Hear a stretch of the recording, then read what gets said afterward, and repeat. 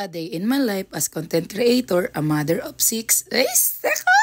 4 lang pala. A farmer and a beauty queen. Ay, sis! Ngayon, at age of 20.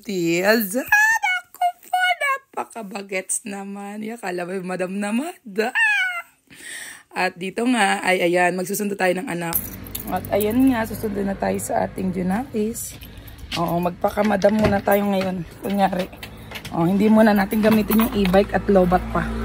Kararating lang ni Daddy galing Lucena, kaya ako na lang ang magsusundo. Ayan, marunong naman tayo mag-drive. Ayan. Okay. Tayo'y going to school muna. Wala pa ang aking mga Junakis.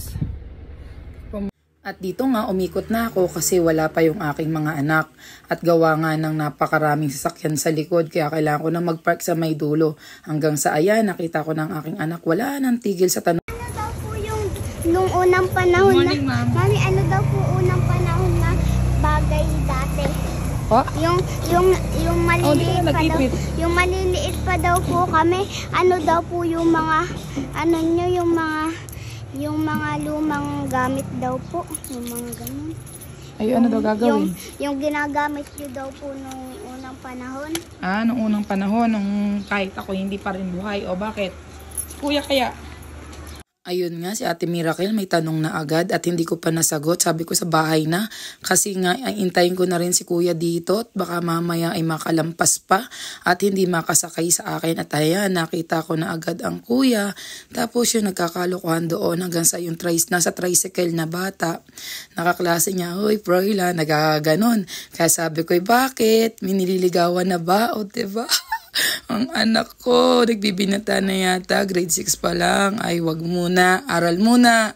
At talaga namang mahirap ang buhay. O, diba, lalo na ang mga kabataan ngayon.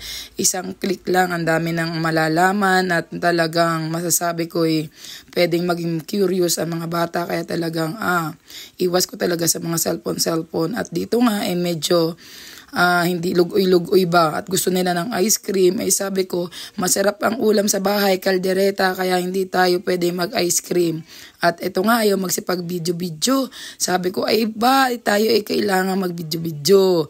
Ayun, mga wala daw, gusto daw nila ng ice cream. Magtatanghalian na, mag-ice cream pa. At ito na nga yung kaldereta, Ayan, kaldereta to na na kalahating kilo na pang samgyup, beef yan, beef. Yung binili ko sa Alphamart. Kinaldereta. Tapos marami na lang gulay na nilagay. May carrots, may mushroom, may black olives, may patatas, saka yung bell pepper. Ayan.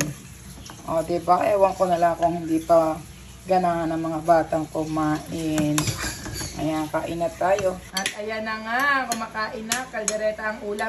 Pa-ice cream pa Naubos na nga yung 4 na binili ko sa Alphamart na ice cream. Ayan. Ayan na, diba? Kain din naman, Mainit! Ba't kasi agad sinubo? Ang init! Hindi po yan maanghang kasi hindi po namin nilagyan ng sili. Ako ang maglalagay ng sili sa kakainin ko. May chili oil ako. Kain na tayo!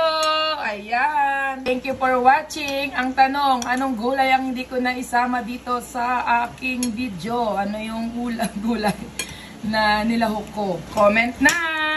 Balisan nyo!